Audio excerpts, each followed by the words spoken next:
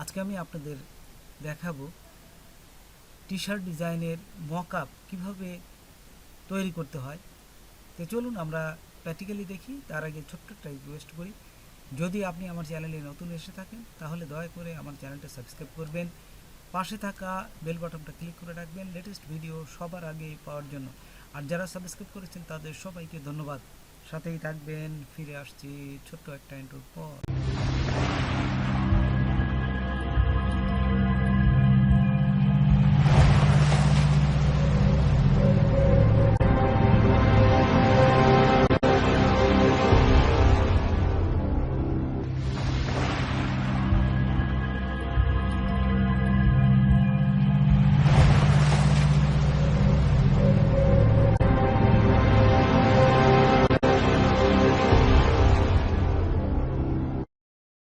তো দেখুন এই মকআপটা কিভাবে আপনারা করতে পারেন এবং একটা মকআপ তৈরি করে কিভাবে ডিজাইন বসাতে পারেন, পুরো প্রসেসটাই আমি আপনাদের দেখাচ্ছি।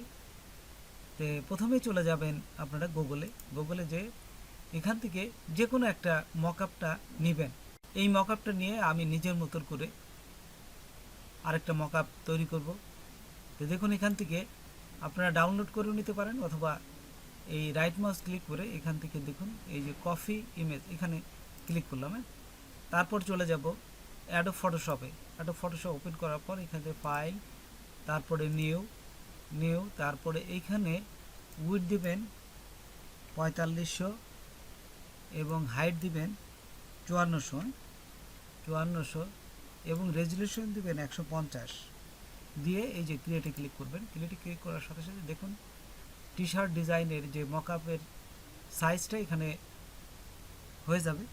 তারপর এখান থেকে কন্ট্রোল ভি দিবেন। কন্ট্রোল ভি দিলে এটা পেস্ট হয়ে যাবে এবং কন্ট্রোল টি দিয়ে এটাকে জাস্ট সিলেক্ট করে শিফট অল্ট চেপে ধরে টেনে জাস্ট এটা বড় করে দেবেন একদম, যে যাতে সুন্দরভাবে এটা সাইজে বসে। ঠিক এটা করে এন্টার দিবেন। এন্টার দেওয়ার সাথে সাথে দেখুন এখানে বসে গেছে। শার্টটাকে আমরা সিলেক্ট করবো।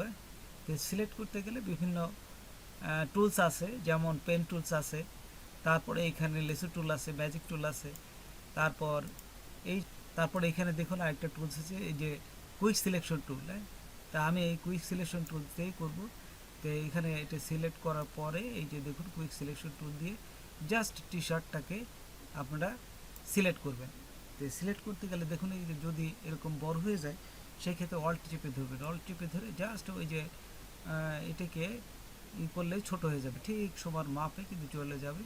যখনই বড় হয়ে যাবে তখন যদি এই সাইজটা ঠিক না থাকে তবে অল্ট ছেড়ে দেবেন এবং অল্ট চেপে ধরে এটাকে ছোট করবেন। ঠিক মাপে দেখুন এখানে হয়ে গেছে। এই যে জাস্ট এই মাপটা যখনই হয়ে গেছে তখন এটা হওয়ার পরে আপনারা এই যে নিচে চলে যাবেন। এই যে দেখুন ডান পাশের নিচে ক্রিয়েট নিউ অ্যাডজাস্টমেন্ট লেয়ার, এইখানে ক্লিক করবেন। ক্লিক করার পরে সলিড কালার, এখান থেকে আমি কালো কালারটা নিব। কালো কালারটা নিয়ে ওকেতে ক্লিক করব। সবসময় হোয়াইট মকআপটা নেওয়ার চেষ্টা করবেন। প্রথম অবস্থায় হোয়াইটটা টি শার্ট নিলে আপনি যে কোনো কালারের মডিফাই করে আপনার মকআপ তৈরি করতে পারবেন, খুব সহজ। তারপর এখানে দেখুন যদি বেশি ডিপ কালার হয়ে যায় তখন এই যে এখানে দেখুন অপোসিটি আছে, জাস্ট অপোসিটির থেকে একটু কমাই দেবেন। এই যে 80% দিলে এটা কিন্তু সুন্দর আরেকটা ডিজাইন হয়ে যায়। 80% বা 85% দেবেন, তাহলে দেখবেন যে কালো হয়ে যাবে। তো যে যেটা মনে করেন যে আমি এই যে এটা কালোটাই দিচ্ছি, জাস্ট কালোটাই আমি 100% রাখছি। রেখে এটার উপর অন্য কালার যদি দিতে চান এই যে দেখুন এখান থেকে যে সিলেক্ট করে আপনি কিন্তু যে কোনো কালার এই যে দিতে পারেন। দেখছেন এখান থেকে যে কোনো কালার দিতে পারেন। এই যে দেখছেন যে কোনো কালার আপনারা এখান থেকে জাস্ট কালারগুলো চেঞ্জ করতে পারবেন। তা আমি এই কালোটাই রাখবো।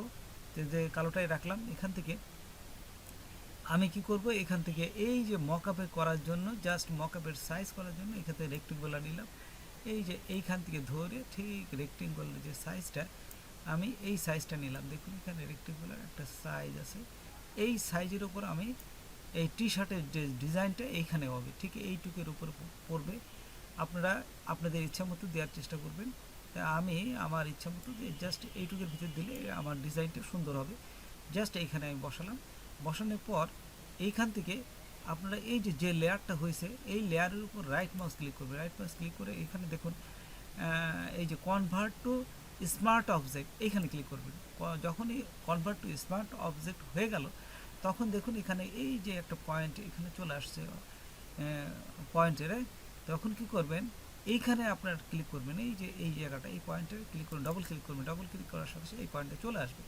তখন দেখুন আমার টি শার্ট ডিজাইনের আমি একটা ডিজাইন করেছি কিছুক্ষণ আগে, এই ডিজাইনটাই আমি ওইখানে বসাবো। তো এইখানে দেখুন এই ডিজাইনটা আপনারা জাস্ট গ্রুপ করে নেবেন, গ্রুপ করে টান দিয়ে এই যে ফটোশপ অ্যাডোব ফটোশপের উপর জাস্ট ওই যে একটু আগে যে আমি তৈরি করলাম কনভার্ট অবজেক্টের উপর এখানে ছেড়ে দেবো। এই যে আপনারা যখন এটি করবেন তখন হচ্ছে কিন্তু শিফট অল্ট চেপে ধরে সমান মাপে সাইজে ছোট করবেন, তাহলে ডিজাইনটা সুন্দর দেখা যাবে। এই যে ঠিক এইখানে দিয়ে যদি এই কালারটা না চান, পিএনজিতে চান, এই কালারটা উঠিয়ে দিলে দেখুন এই পিএনজিতে হয়ে যাচ্ছে, এখান থেকে করতে পারেন। অথবা এই কালার থাকা অবস্থায় আপনার কন্ট্রোল এস দেবেন, কন্ট্রোল এস দেওয়ার সাথে সাথে এখানে সেভ হয়ে যাবে। দেখুন এখানে সেভ হয়ে গেছে, এই যে দেখুন সেভ হয়ে গেছে, দেখছেন।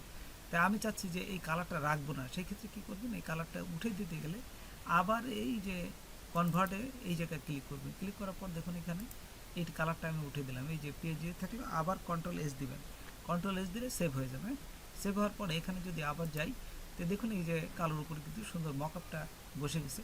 এভাবে আপনারা সুন্দর করে মকআপটা তৈরি করতে পারবেন। তারপর এখানে যদি মনে করেন যে আরও বড়, এই যে একটু ছোট দেখা যাচ্ছে, আরও যদি বড় করতে চান সেক্ষেত্রে আরও টেনে বড় করতে পারবেন আপনারা প্রথম অবস্থায়। তো বন্ধুরা আজকে এ পর্যন্তই, নতুন কোনো ভিডিও নিয়ে আবার আপনাদের সাথে হাজির হব। যদি আমার ভিডিওটা আপনাদের ভালো লাগে বা কোনো উপকারে আসে তবে অবশ্যই সাবস্ক্রাইব করবেন আর বন্ধুদের মাঝে শেয়ার করবেন। ধন্যবাদ সবাইকে, আল্লাহ হাফেজ।